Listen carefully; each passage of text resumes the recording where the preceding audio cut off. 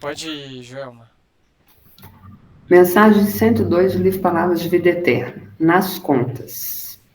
De maneira que cada um de nós dará conta de si mesmo a Deus. Paulo, carta aos Romanos 14, versículo 12. Benfeitores garantem, instrutores educam, pastores guiam, amigos amparam, companheiros alentam, adversários avisam, relações ajudam, preces iluminam, lições preparam, dificuldades adestram, provas definem, dores corrigem, lutas renovam, problemas propõem, soluções indicam, atitudes revelam, lágrimas purificam, experiências marcam.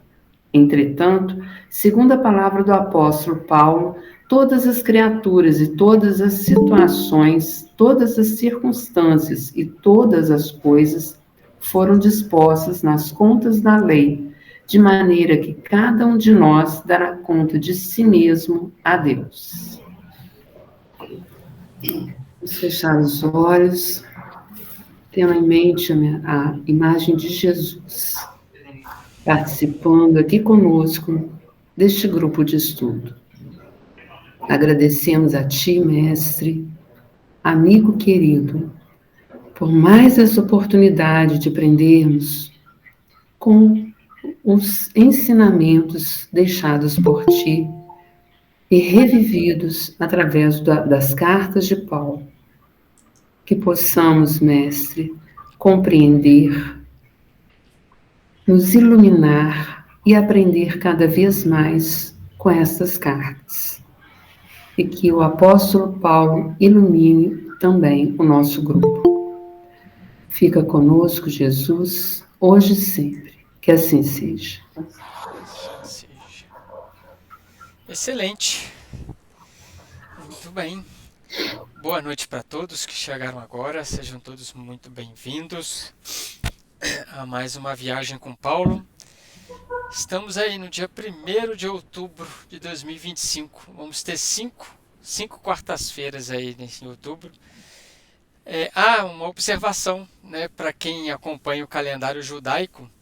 Hoje é o famoso dia do Yom Kippur. É o dia da purificação. No calendário judaico de 2025, hoje é o dia da purificação. Yom Kippur é o dia da expiação. E esse Yom Kippur ele está em Levítico 23, 27. E é o dia mais santo do calendário judaico, tá? É um dia que a partir das 18 horas eles fazem jejum, orações, até amanhã às 18 horas também. Então é o dia mais santo para eles. E é muito interessante porque esse Yom Kippur ele era comemorado, né? Porque é o dia da expiação. Então ele era comemorado no templo. O templo que foi destruído, né? Então cada um levava lá a sua oferta, né?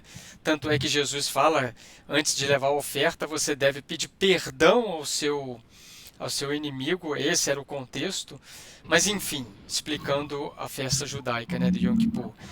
Depois que eles perderam o templo, eles ficaram assim, agora, como que a gente vai fazer?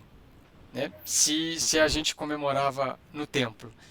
Então, os rabinos judeus democratizaram o chamado perdão divino. Então, qualquer pessoa hoje, qualquer judeu hoje, pode chegar à purificação desde que tenha um arrependimento sincero.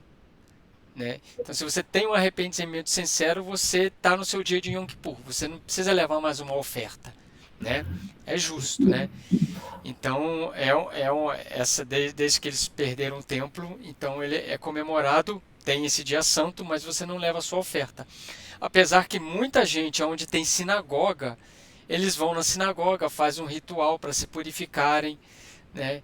Então, existe aí todo um contexto em cima do Yom Kippur. Enfim, estamos aí. Versículo 15. Confere, gente, que a gente parou. Confere. Cadê a minha? Tá aqui, ó. Aqui. Versículo 15. Tá. Então vamos colocar aí, ó, versículo 15 do capítulo número 1. E a gente estava falando muito da defesa do Paulo, né? E agora ele entra numa parte onde ele está colocando algumas, vamos dizer assim, informações até entrar realmente no que vai entrar no capítulo 2, que é exatamente o embate com os judaizantes. Versículo 15. Quando, porém, aquele que me separou desde o seio materno e me chamou por sua graça, houve por bem revelar em mim o seu Filho, para que eu evangelizasse entre os gentios, não consultei nem carne, nem sangue. Então, o que ele está colocando aqui? Ele, novamente, está fazendo ênfase na sua missão, da missão que ele entendeu muito bem, tá? Ele introjetou essa missão do que ele tem, tanto é que ele fala que separou desde o ventre da mãe. Então, sim, na verdade, isso aí é até uma linguagem profética que está em Isaías, que tem em Jeremias, inclusive tem referência aí do lado da BJ, tá? É uma linguagem profética. Então, ele pega essa linguagem de Isaías e Jeremias e fala que a missão dele é realmente desde o ventre da mãe, ou seja, desde antes do ventre, né? Que a gente sabe que já veio com esse postulado. Então ele tem essa vocação que simplesmente vocês podem falar assim: ah, mas ele começou na visão de Damasco. E eu falo assim: não, ele não começou na visão de Damasco. Ele começou antes, porque o que seria de Paulo sem o Saulo? Né? Tanto é que ele traz todas as vertentes judaicas, mas não judaizantes. Ele conhece a lei e se utiliza em muitos momentos do conhecimento que ele tem para poder convencer, para poder fazer esses embates com a sua ex-classe, né? Seria assim. Então, não é que ele começou na estrada de Damasco. Então, vamos dizer assim, conforme ele está colocando, ele começou muito antes, na programação do mundo espiritual. Tá? Então, ele no versículo 16, ele vai falar que revelar em mim, né? Esse aí vamos dizer assim, é o auge do plano divino para com Paulo. Né? A revelação que ele teve de Jesus, né, na estrada de Damasco foi uma experiência não externa, mas interna. E essa experiência interna, onde, vamos dizer assim, a ficha caiu, ela foi totalmente transformadora, a gente sabe disso. Então essa palavra em mim, ela nesses 2 versículos, ela é crucial, tá? Que vai demonstrar a revelação que Cristo colocou ele, recolocou ele no caminho que era para ter tido. Então coloca de novo, ele já tinha um caminho, a sua missão, mas ele desviou e o Cristo veio e recolocou ele no caminho ali. Tá? Outro termo importante: não consultei carne nem sangue. O que isso significa? Ele não consultou seres humanos. Ele não buscou opiniões.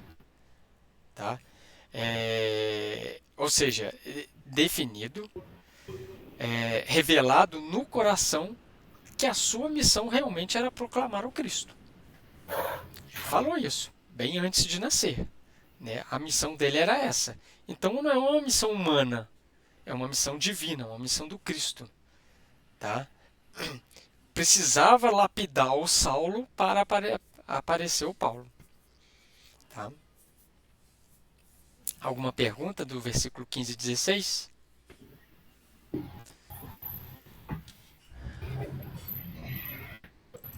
Vamos lá então.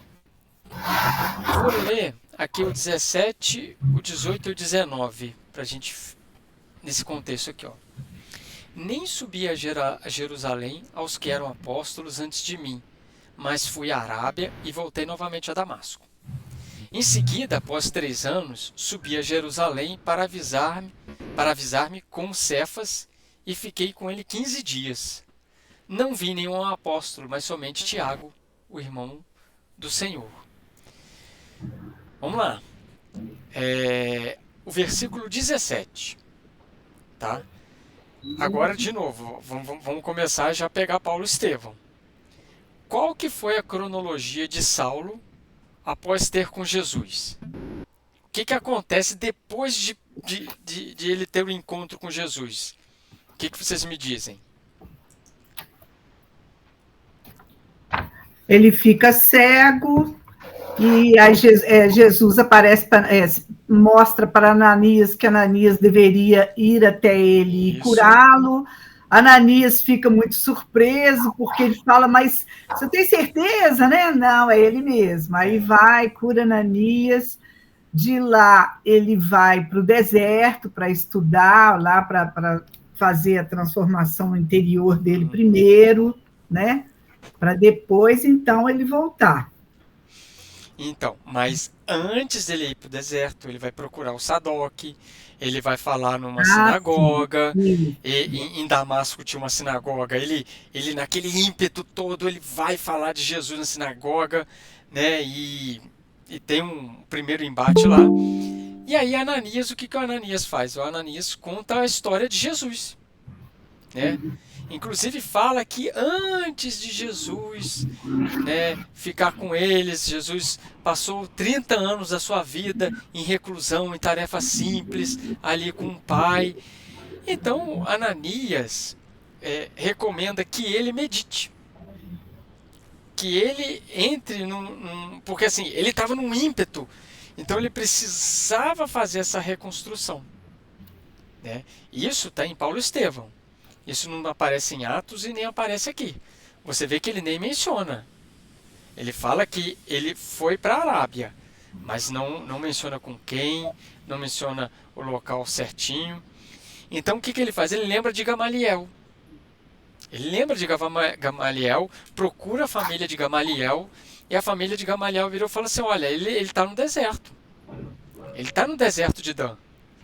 Vai para o deserto de Dan e lá encontra com Áquila e Prisca. E fica lá meditando, fica o tempo todo lá.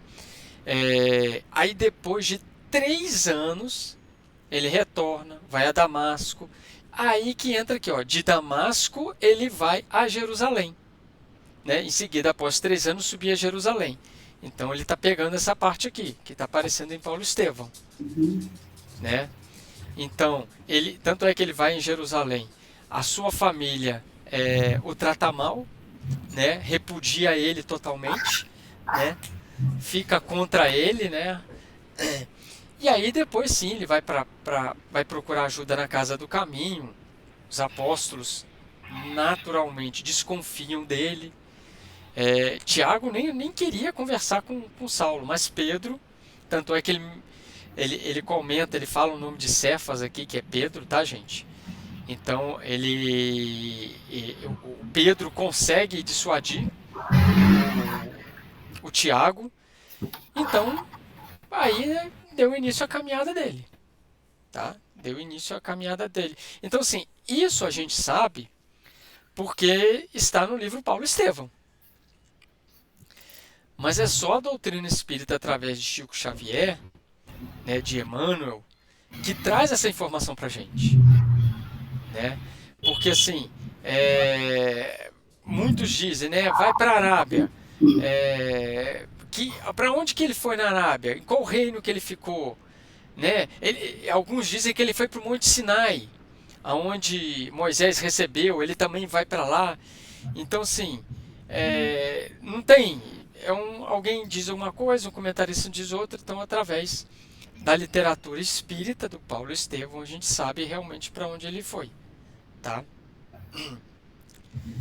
Então, assim, só para poder lembrar, na perspectiva judaica, no judaísmo, o deserto ele sempre representou, ele sempre foi um símbolo, né? A gente vê Moisés depois da saída do Egito, peregrinou pelo deserto. Então, a partir dali, o deserto sempre teve um símbolo de encontro com Deus. Né? O povo recebe a Torá no deserto. Moisés teve a experiência da sarça ardente no deserto. A ida de Paulo para o deserto também ecoa essa tradição, entendeu? Então, assim, não é uma coisa assim, mas por que ele foi para o deserto? Porque, assim, tinha uma concepção que no deserto é um encontro com Deus. Então, realmente, ele foi fazer esse encontro com Deus e ficou lá durante 3 bons anos ali. Né? Teve acesso às anotações de Levi, né? O que Mateus já tinha escrito na época, que tinha passado para Gamaliel, e Gamaliel passa para o Paulo ali. Então existe uma conotação do deserto de seu encontro com Deus. Então isso é importante anotar isso aí também, que coloca as coisas tudo o que faz sentido, né?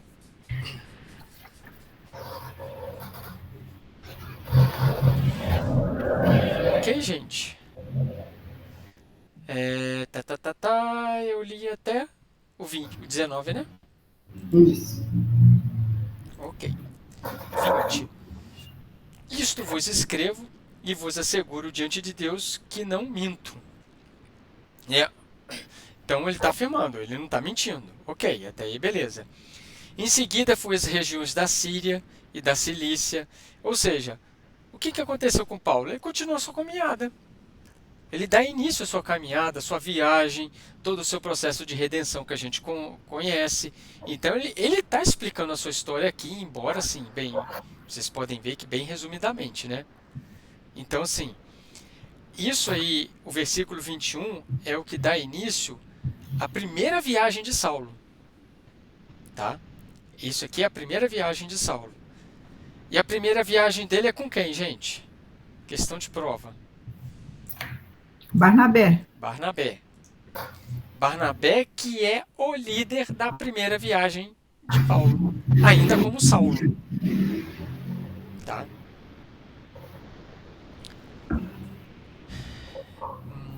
Deixa eu ver aqui.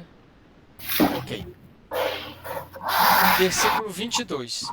De modo que, pessoalmente, eu era desconhecido das igrejas da Judéia que estão em Cristo. É claro, gente. Ele era desconhecido. Aliás, ele era conhecido como perseguidor. Era conhecido como perseguidor. Né? Então, assim, lembrei aqui que Barnabé estava na igreja do caminho quando Saulo apareceu lá também, tá? Não era, tinha Pedro, tinha Tiago, tinha João e Barnabé também estava lá, tá? Esse Tiago aí é o Tiago, irmão de João. Irmão de João, sim. É. E ele que é o primeiro mártir, o primeiro que morre lá pelo Herodes, é o primeiro dos apóstolos que morre. O Tiago tem o Tiago, irmão de Jesus, e tem o Tiago, tem o outro Tiago, o Tiago maior. O maior e o menor. Isso. Então, e esse irmão de Jesus é o que desencarna. E fica um outro Tiago. Tá. Entendeu? Esse Tiago, que é o que que segue lá mais os fariseus, que gostaria até de ser esse é o Tiago, irmão de João. Não, o Tiago fariseu não. O Tiago, irmão de João, que morre primeiro. O irmão de João que morre primeiro. Irmão de João que morre primeiro. O outro Tiago, não sei se é de Filipe. Agora você me pegou de surpresa aqui, mas não é, mas assim, não é o Tiago, é o irmão de João. Não é esse fariseu, não é esse que tem tendência ao farisaísmo que morre primeiro. Não, ele ficou lá, ele teve, foi um dos últimos. Esse outro Tiago é o que vai virar o São Tiago de Compostela? Ai, eu não sei, Joelma. Aí você me apertou. Você me apertou, aí você me apertou. Aí eu não sei se é um outro Tiago, se é um Tiago que nasceu em Compostela, aí eu não sei. Não, eu sei que o Santiago de Compostela foi um dos apóstolos. É um dos apóstolos? Aí eu não sei. Então deve ser o primeiro que morreu. Foi o primeiro que foi sacrificado. Para virar São Tiago de Compostela, deve ser o primeiro. Fica aí, depois você vê isso aí, tá? É, Então ele fala que era desconhecido das igrejas da Judéia, tá? A gente tá falando, não tinha noção nenhuma do que ele, inclusive, ele quando vai pregar, Barnabé acha assim, nossa, ô Saulo, você tá falando muita coisa, o povo não tá entendendo nada, né? Pô, fica ali, só me ouve falar. Então até isso ele teve que aprender, entendeu? Até isso ele teve que É aprender. engraçado porque nas sinagogas ele falava muito bem, como Saulo, né? Sim, sim, mas assim, você vê que até para você falar do Cristo, da mensagem do Cristo, da Boa Nova, não é o mesmo tom de você falar para os judaizantes. Não é o mesmo tom. Não é o mesmo público. Até isso ele teve que reaprender. É. Né?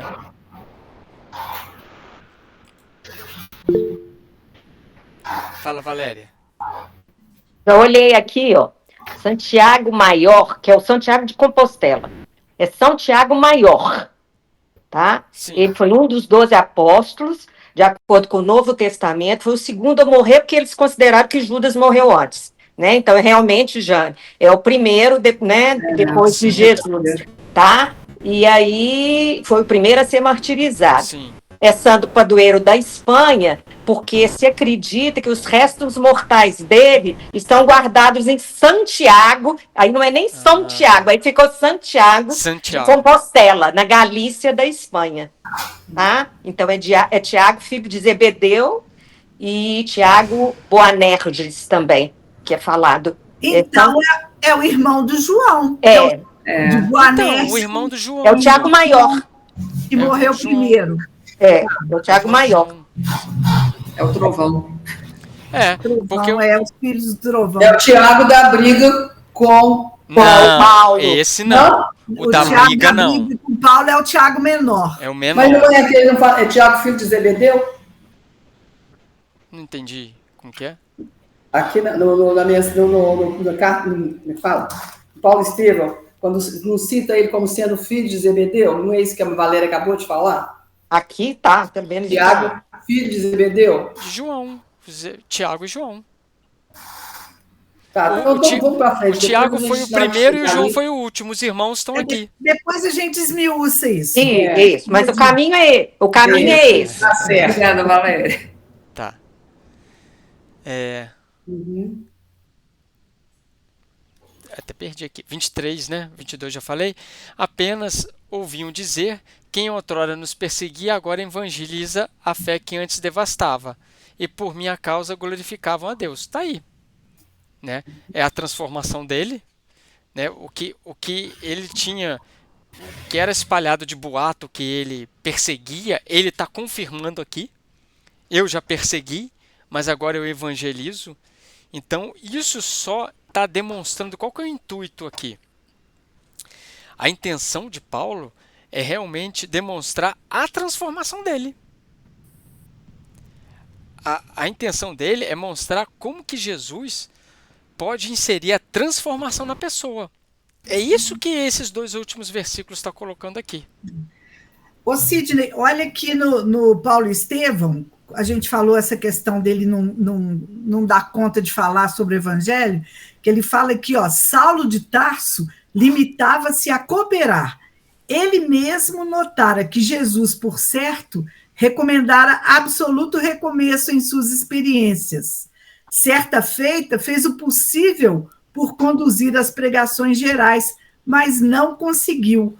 A palavra, tão fácil em outros tempos, parecia retrair-se na garganta.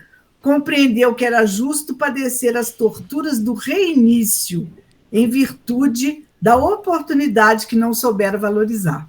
Então, é realmente um recomeço, né? Uma transformação deveria ser feita até nesse sentido. Recomeçar a aprender, a pregar, a falar sobre o Cristo, né? Não mais com aquela facilidade que ele tinha antes. Pois é.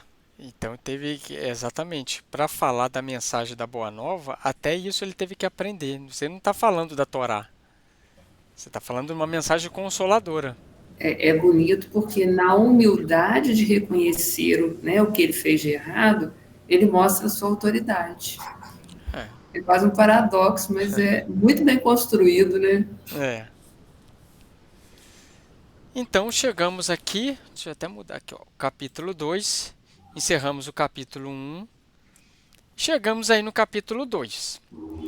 Então, conforme a gente fez o planejamento, a gente vai dar uma passada em algumas coisas que estão aqui no capítulo 5 da segunda parte do Paulo Estevão. Eu recomendei também uma leitura do capítulo 15 de Atos, versículo 1 a 35, que também tem uma parte dessas ocorrências que tiveram aqui. Tá? O meu livro, gente, é esse mais antigo aqui. Então, assim, eu talvez fale uma página aqui para vocês e não vai bater com, às vezes, a edição que vocês têm aí. Vamos começar aqui, ó. Nesse livro novo aqui, a página é 331. O meu é 374.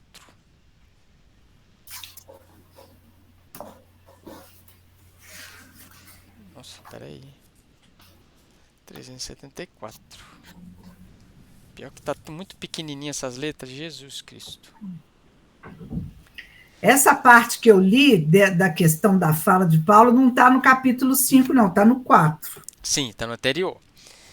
Aí, o que eu quero começar esse estudo aqui de vocês? Na verdade, a gente vai ler Paulo Estevão, vamos aqui no versículo, volta, e alguns versículos a gente vai na frente, vai para trás, para a gente poder fazer esse bate-bola aqui com o que tem no versículo, o que Emmanuel nos colocou aqui em Paulo Estevão, para a gente poder ver o tamanho da gravidade que Paulo colocou aqui na carta aos Gálatas, mas que na verdade não dá para entender isso aqui. A gente só entende se a gente ler o Paulo Estevão, tá? Então, olha só, terceiro parágrafo do capítulo 5, onde começa assim: os dois dedicados missionários haviam voltado. Ali embaixo, a gente vai ver uma primeira observação que eu anotei aqui, que ele fala assim, ó: as lutas da circuncisão estavam acesas, os próprios chefes mais eminentes estavam divididos pelas afirmativas dogmáticas, tão alto grau atingiram os descrimes que as vozes do Espírito Santo não mais se manifestavam. Tá? Não mais se manifestavam. Então, o que é o objetivo aqui? É demonstrar como que esses judaizantes eles agiram para poder acimentar a mensagem do Cristo, para poder pesar a mensagem do Cristo e jogar ela num fundo, e a Torá ser mais que a Boa Nova. Então aqui a gente já lê por Emmanuel o tamanho desse problema que estava ocorrendo até dentro da Casa do Caminho. Tá? Então, ele continua aqui, ó. Cadê? Agora eu vou para uma página do lado onde o parágrafo começa assim, ó: fortemente impressionados. Vê se vocês acharam aí. Tá. Fortemente impressionados com a situação, Paulo e Barnabé combinam um recurso extremo. Deliberam convidar Simão Pedro para uma visita pessoal à instituição de Antioquia. Conhecendo-lhe o espírito liberto de preconceitos religiosos, os dois companheiros endereçam-lhe longa missiva, explicando que os trabalhos do Evangelho precisavam dos seus bons ofícios, insistindo pela sua atuação prestigiosa. Então, estava havendo um embate desses aí. Aí o que Paulo e Barnabé tiveram ideia? Vamos convidar Pedro? Porque Pedro tem uma mente aberta. Que Pedro passou por isso aí. Vamos convidar para ele poder vir aqui, para poder falar com a gente, para poder manifestar, para poder o povo aqui, né? Eles estavam na igreja de Antioquia, tá? Então, assim, para o povo aqui verificar o que Pedro, que tem que esteve com Jesus, que ele vai falar, ou seja, a autoridade. Eles estão chamando Pedro devido à autoridade dele, tá? Aí eu não vou ler tudo, eu só estou pegando as partes para entrar no contexto. E aí, Pedro chega, tá? E aí, o Pedro começa a falar. Então, eu vou para um parágrafo onde Pedro está falando assim, ó, em Jerusalém. Vê se vocês se posicionam aí. Nossas lutas são as mesmas. Isso. Posicionou aí? Isso aqui é Pedro falando. Observe o que Pedro está falando. Em Jerusalém, nossas lutas são as mesmas. Ou seja, a luta contra os judaizantes. De um lado, a igreja cheia de necessitados, todos os dias. De outro, as perseguições sem tréguas. No centro, todas as atividades, permanece quem? Tiago. Com as mais ríspidas exigências. Você vê que até o Pedro observa isso em Tiago. Sabia isso era evidente, né? Às vezes sou tentado a lutar para restabelecer a liberdade dos princípios do mestre. Mas como que proceder? Quando a tempestade religiosa ameaça destruir o patrimônio que conseguimos oferecer aos aflitos do mundo, o farisaísmo esbarra na observância rigorosa do companheiro. E é o que, gente? Obrigado a paralisar a ação criminosa, encetada desde muito tempo. Se trabalhar por suprimir a influência, estarei precipitando a instituição de Jerusalém no abismo da destruição, pelas tormentas políticas da grande cidade. E o programa do Cristo? E os necessitados? Seria justo prejudicarmos os mais desfavorecidos por causa de um ponto de vista pessoal? Olha a posição do Pedro. Olha a posição do Pedro. Eu não posso criticar muito Tiago, porque ele recebe o apoio dos judaizantes. E ao mesmo lado eu tenho que ajudar aqueles necessitados ali que dependem disso. Olha a minha posição. Como que eu vou fazer? E financeiramente ele recebia a ajuda dos judaizantes. Isso, eram eles que patrocinavam ali. Eram eles que injetavam dinheiro ali, né? E aí, gente, andando nessa linha do tempo aqui, do Paulo Estevão, o que vai acontecer e aonde a gente vai vir aqui na carta? Acontece um fato que chega uma carta de Tiago para Pedro. Chegou uma carta de Tiago para Pedro lá em Antioquia. Pedro lê a carta e a partir dessa carta ele se modifica. Olha, aí começa. Aí começa um desentendimento, né? Essa carta, se você for olhar em Paulo Estevão, está num parágrafo que começa assim: eis, porém, que chegam de Jerusalém 3 emissários de Tiago. Posicionaram aí? Então, aqui vai descrever que ele recebe a carta e Pedro muda depois de ler essa carta. Essa informação, ela está no versículo 11, 12, 13. Embora a gente vai falar de novo, tá? Eu só estou fazendo um link aqui, se vocês quiserem anotar, até no livro Paulo Estevão, na BJ também, fazer um link um com o outro. Então, assim, essa parte aqui de Paulo Estevão está no versículo 11, 12 e 13.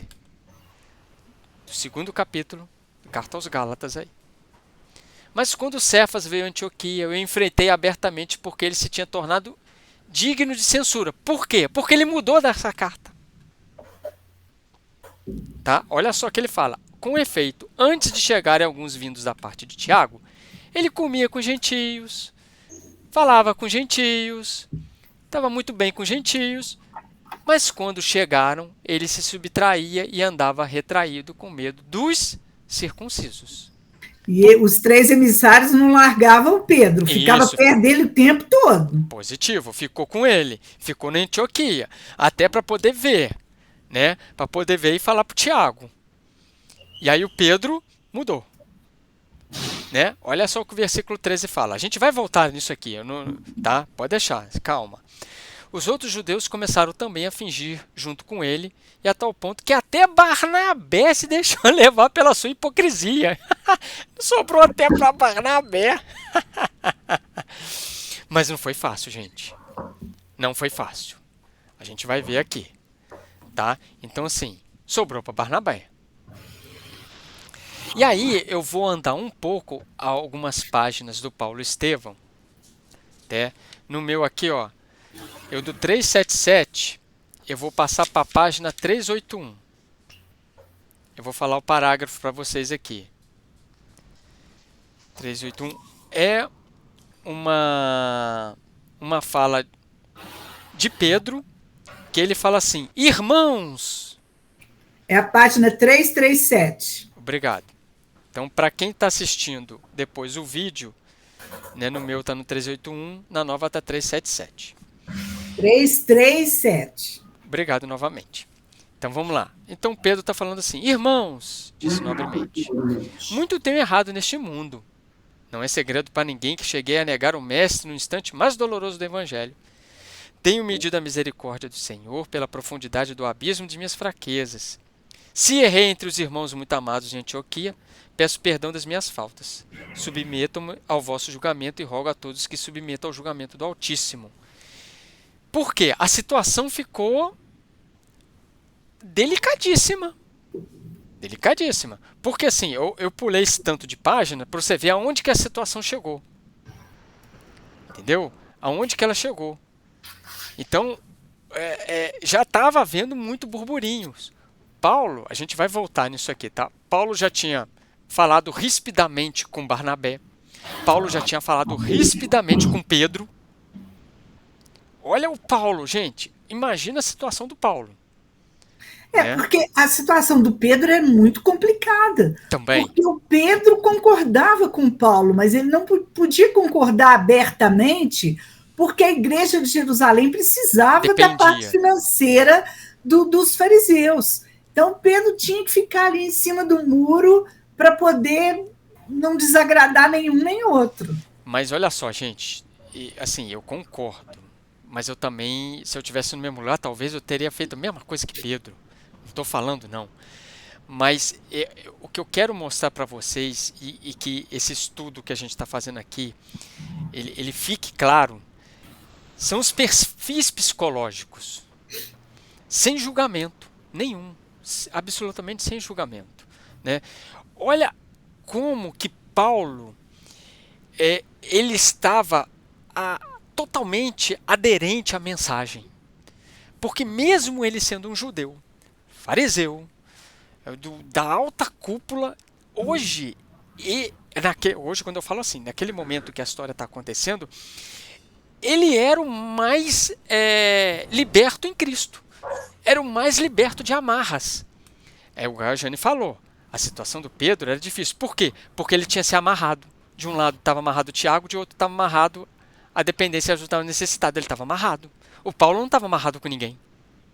O compromisso do Paulo era com Cristo, era com o Evangelho. Exatamente. Isso sem julgamento, por favor.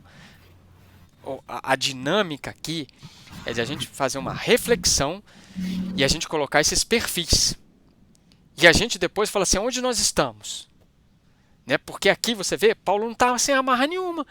Se Paulo tinha que brigar com Barnabé, ele foi lá e brigou com Barnabé. Paulo brigou com Pedro, gente. Paulo brigou com Pedro. Então, tanto é, e o Pedro, ele sempre buscava essa parcimônia. Ele sempre buscava esse equilíbrio. Tanto é que depois de ele falar disso, um pouquinho mais abaixo, eles fazem um culto. E ele vira e fala para o Paulo assim: peço ao irmão Paulo de Tarso o obséquio de consultar e comentar as anotações de Levi. Olha só o Pedro. Aquela tensão toda, o Pedro assumiu a posição dele e falou assim: então vamos falar a mensagem do Cristo? Paulo, por favor, faz o comentário da mensagem de Mateus aí. Né? Então tanto é que ele fala assim: não obstante o constrangimento natural, o ex-rabino considerou elevado ao alcance do pedido. Ele não ia deixar de fazer. Né? Então, o que eu quero demonstrar é que o que Paulo está explicando aqui no Cartas aos Gálatas, mas não passou nem perto da situação tensa e difícil que ficou o cristianismo naqueles momentos. Não passa nem perto. Nem perto. Tanto é que o Emmanuel vai descrever aqui, ó, um parágrafo que começa assim: a atitude ponderada de Simão Pedro está na minha página 382. Achou aí, Jane? 337. Lá no final do 337. Isso. Último parágrafo da 337. Olha o que o Emmanuel vai colocar. A atitude ponderada de Simão Pedro salvara a igreja nascente. Considerando os esforços de Paulo e de Tiago, no seu justo valor, evitara o escândalo e o tumulto no recinto do santuário. À custa da sua abnegação fraternal, o incidente passou quase inapercebido na história da cristandade primitiva. E nem mesmo a referência leve de Paulo na Epístola aos Gálatas é o que nós estamos estudando, a despeito da forma rígida e expressional do tempo, pode dar a ideia do perigo iminente de escândalo que pairou sobre a instituição cristã naquele dia memorável.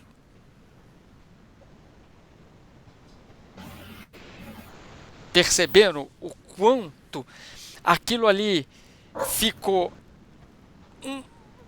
Gente, Como assim, fio da navalha. ficou assim, mas, gente, eu tento imaginar a situação. Gente, eu não consigo nem, assim, o tamanho que esse episódio teve e como ali o Pedro foi intuído naquele momento e assim, não acabou a situação tensa ainda. Ele amenizou, porque vai ter mais. Ele deu uma amenizada, Paulo fez a referência, leu, né? E aí o que acontece? E aí a gente vai voltar para o Carta aos Gálatas. O Paulo, um pouquinho mais abaixo aí, né? Ele tem uma ideia. Gente, por que a gente não faz um concílio? Uma assembleia lá em Jerusalém? Paulo teve uma ideia dessa aqui, né? Tá um pouquinho mais abaixo aí, na minha página aqui é o 382, no parágrafo que começa: examinando aqueles argumentos ponderosos, Paulo de Tarso lembrou então que seria razoável, entendeu? Então tá aqui. Então Paulo fala assim: gente, vamos fazer uma assembleia?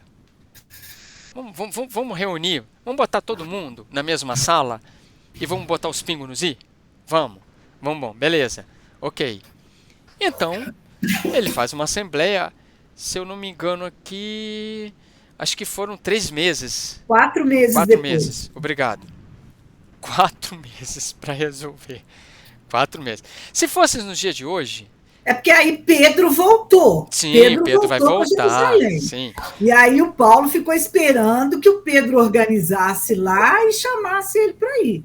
Então, Sim. naquele tempo era tudo muito demorado, então, meses. né? Porque assim, nos dias de hoje, Paulo falaria assim: gente, vamos fazer um meet, faz uma call aí, chama o Tiago aí, põe o Tiago online aí. Passa um zap aí convocando todo mundo. Ó, o link da conversa é essa aqui, manda para ele aí. Vamos fazer um meet agora, vamos resolver isso aqui agora. Faz uma call aí. Depois a gente faz o podcast. Boa. Né? E aí, eu vou voltar agora na Carta aos Gálatas. E aí o que acontece? Ele leva Tito. Ele vai levar o Tito. Tá? E aí a gente vai voltar para o versículo 1 e 2. Por quê? Porque aí Paulo vai começar falando disso. Por isso que eu quis trazer o contexto. E se a gente tem o contexto, é obrigação nossa e dever nosso como espírito trazer esse contexto para dentro do Cartas de Paulo. A gente tem uma das maiores literaturas aqui, que é Paulo Estevão. Seria totalmente assim... como que fala? Apócrifo, não? E olha que privilégio que a gente tem. Porque se você lê a Carta aos Gálatas, se você lê o Ato dos Apóstolos, você não tem assim nem uma quarta parte do que foi isso. O que pairou ali. Não tem. Né? Não tem. E aí ele começa o versículo assim. Em seguida, 14 anos mais tarde do que do acontecido, Paulo já tinha feito várias viagens, Paulo já era o Paulo, tá? Subi novamente a Jerusalém com Barnabé, tendo tomado comigo também Tito. Ou seja, aqui ele já está indo para o concílio. Ele já está saindo para a Assembleia. Subi em virtude de uma revelação e expus em forma reservada aos notáveis, os notáveis são os apóstolos, tá? Um evangelho que prego entre os gentios, a fim de não correr nem ter corrido em vão. Então, o segundo capítulo do Carta aos Gálatas, ele já começa, quando você olha assim, 14 anos mais tarde. Aqui dentro do contexto, isso não tinha sido resolvido ainda. 4 meses se passaram e a questão não tinha sido resolvida.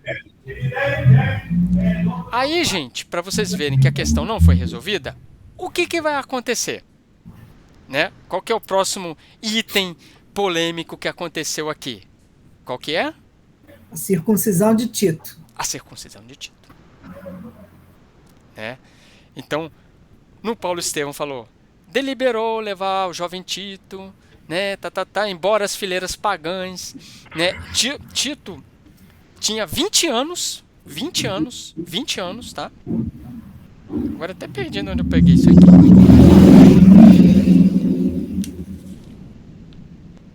Na minha página está na 340. Ah, tá aqui. Na minha página está na 384. Tito de 20 anos. Tá? 384. Isso aí. A Ângela também é a mesma edição que a minha. Então tá lá. 20 anos incompletos representava a igreja de Antioquia. Pô, Paulo confiava no Tito. Vocês sabem disso. Você viu que ele já resolvia situações sozinho. E aí o que acontece? Chegando lá, né? Aí é o versículo 3 do Carta aos Gálatas. Ele entra na assembleia, aquilo tudo ali, e aí começa uma discussão. Essa discussão, na minha Bíblia, né? No meu Paulo Estevão, está na página 386, que é filho do povo eleito? É descendente de gentios. Circuncidado? Não. É a discussão. É na página 341. Antes disso aí, eu achei muito interessante. Pode falar. Quando o Tiago, quando ele entra e os desconhecidos, né? Os desconhecidos assemelhavam-se a figuras do sinédrio. Fala a página que está. No nosso 340. 41 no meu. Tá. Ele descreve esses desconhecidos lá da Assembleia que se assemelhavam a figuras do sinédrio. Sim. Na sua posição hierárquica e convencional. Então, olha como é que eles se deixaram contaminar. É isso que a gente tem que mostrar, porque foi um desafio. E aí, Jane, na minha página aqui, é a 385, onde ele fala, o Tiago, filho do Alfeu, você lembra que a gente está falando no início, que era o filho de Zebedeu? Esse aqui é o filho de Alfeu. Aparecia-lhe agora radicalmente transformado. Suas feições eram de um mestre em Israel. O Paulo, quando viu aquilo ali, virou e falou assim, esse aí é o Saulo. Só não está perseguindo, tá, gente? Por favor. Ele viu e falou assim, esse aí é um mestre de Israel. Olha lá, não sorria, hábitos farisaicos, olhos deixavam perceber uma presunção de superioridade que raiava pela indiferença. É um fariseu. Você está vendo que, por isso que a gente vem, desde lá aos Coríntios, ele vem demonstrando essa luta contra o farisaísmo, essa luta contra os judaizantes, porque era uma perseguição, gente. Era uma perseguição. Se o próprio apóstolo que esteve com Jesus, ele estava com essa feição dentro da igreja do caminho, então como que eu vou consertar isso tudo? O Sidney. Oi. O meu livro é igual ao seu. Eu não achei a parte da circuncisão do Tito, na 384. Não, aqui a 386 começa a discussão. discussão. O Tito só vai ser circuncidado lá na 392. Ah, eu entendi que era na Não. 384. A discussão E a é pergunta? A discussão, A tá discussão por é isso que eu tô perguntando. 386. Quando o Tiago vê aquele jovem com Paulo, que aí vai perguntar quem que era, Ah, e a tá. primeira coisa que ele É. pergunta é se ele é circuncidado. Uhum. Ah, tá. Então ele só vai ser circuncidado lá na 392. Tá. Lá na frente. Aqui é o momento que o Tito tá ali e o Tiago olha assim, quem é esse menino aí, Té? Ele é grego? Sim. Circuncidado? Não. Opa, peraí, parou tudo. Não vou falar mais. Você tá entendendo como o questionamento de Tiago era um questionamento de um Saulo. É meio que nem a Igreja Católica ainda hoje, quando pergunta assim, é divorciado? É homossexual? Então não pode. É o O que mesmo. me intriga muito, não é para julgar, o tempo que ele viveu com Jesus, que ele presenciou de Jesus e está com essa, igual fala aqui, que seus gestos eram medidos como os de um sacerdote do templo nos atos cerimoniais. Quer dizer, se deixou envolver de uma maneira que parecia que estava perturbado.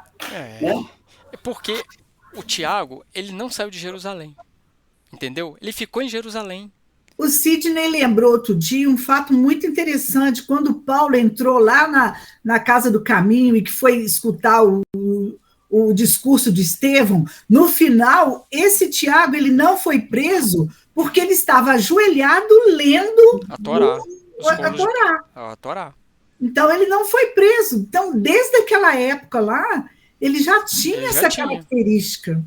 Só que como Estevão era aquela luminosidade toda, ele não conseguia. Quando Estevão sai de jogo, o que aparece? Esse meu perfil aí. E a casa, ela é a cara do dono. O dono da casa é assim, então todo mundo é assim.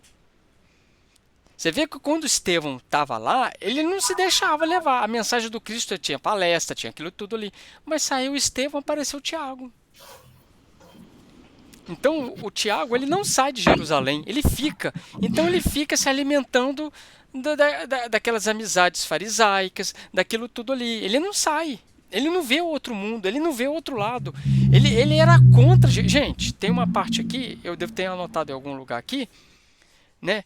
Que tava. Eles. Não, tá aqui, ó. Para você ter ideia. O meu está na página 387 e ele começa com a frase seguinte, assim: um dos irmãos presentes. Isso está depois da discussão do Tito. Perguntas aqui do Tito. Um dos irmãos presentes chegava a ponderar. Acharam? Novo 342. 342. É o último parágrafo. Dos irmãos presentes chegava a ponderar que os gentios deviam ser considerados como o gado do povo de Deus. Bárbaros que importava submeter à força a fim de serem empregados nos trabalhos mais pesados dos escolhidos. Olha bem. Sendo que Jesus contou a parábola do bom samaritano, gente, não era um gentil, mas que ele pegou um homem sem credo, sem nada, não sabia o que, ele amparou. Olha como que isso estava dentro da casa do caminho.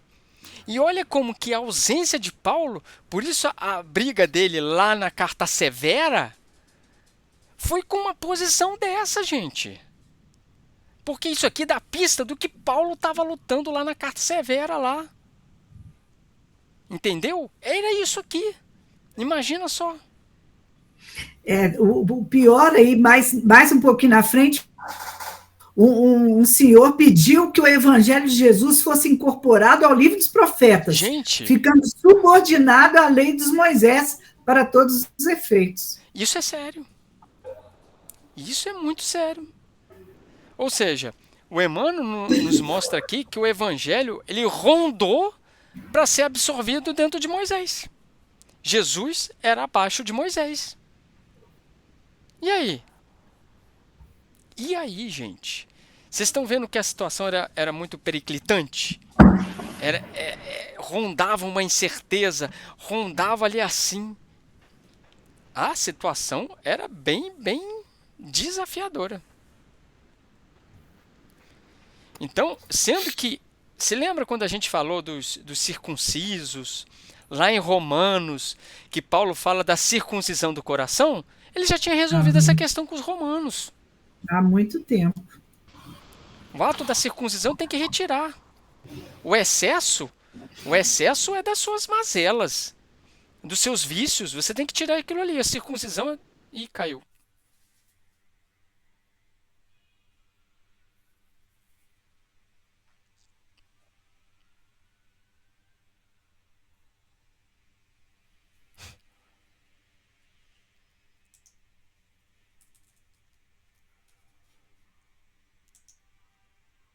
Quem tiver disponibilidade, lê o capítulo 4 e o 5 do Paulo Estevão, que aí vai entender tudo perfeitamente. Então, Verdade, eu acabei lendo o livro todo nessa brincadeira. Isso aí Lá é na ótimo. frente explica muito também. Tem que ler, tem que ler. É muito bom. Então, o objetivo que eu fiz aqui é situar o contexto da carta aos Gálatas. Sendo que a gente não acabou Paulo Estevão, não. A gente vai voltar no Paulo Estevão e a gente vai assim. O objetivo, a dinâmica é igual que eu fiz hoje. Paulo Estevão, carta aos Gálatas. Paulo Estevão, carta aos Gálatas. Para a gente ver o quanto que ele foi bem simples ali no relato dele. Mas no Carta aos Gálatas, nós paramos no 3 ou no 4? No 3. No 3? No 3.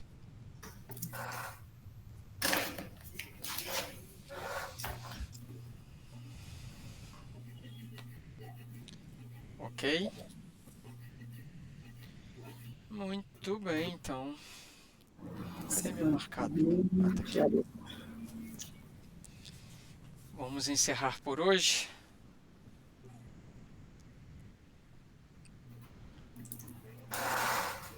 Semana que vem, dia 8, viu, gente? Vocês me perguntaram como eu tô falando. Semana que vem, dia 8. Isso aí. Muito bem. Olha, a Ângela não falou nada, né, Ângela? Perguntou, né? Me perguntou. Então encerremos. Algum voluntário? Outra disse da Ah, beijo, então. De nada. Ô, Valéria, você faz prece? Encerra pra nós aí, pra gente terminar aí. Chave de ouro. Então vamos terminar.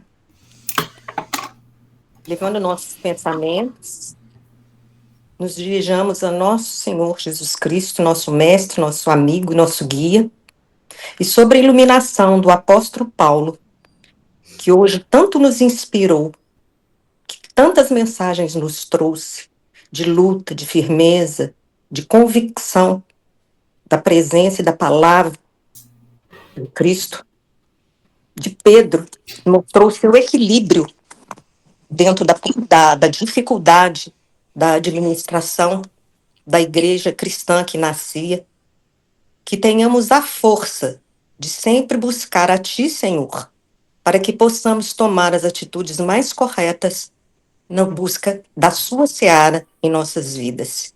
Continuemos persistindo no estudo de Paulo, de Jesus, que peçamos para todo o mundo, todos os países em guerra, em paz, para todos os habitantes de nosso planeta e de todo o universo, que tenhamos a paz de Cristo em nosso coração. Que nos encontremos, se Deus assim quiser, na quarta-feira da semana que vem. Que assim seja. Sim, seja. Muito bem. Ótimo, obrigado. Nada. Muito bom, gente.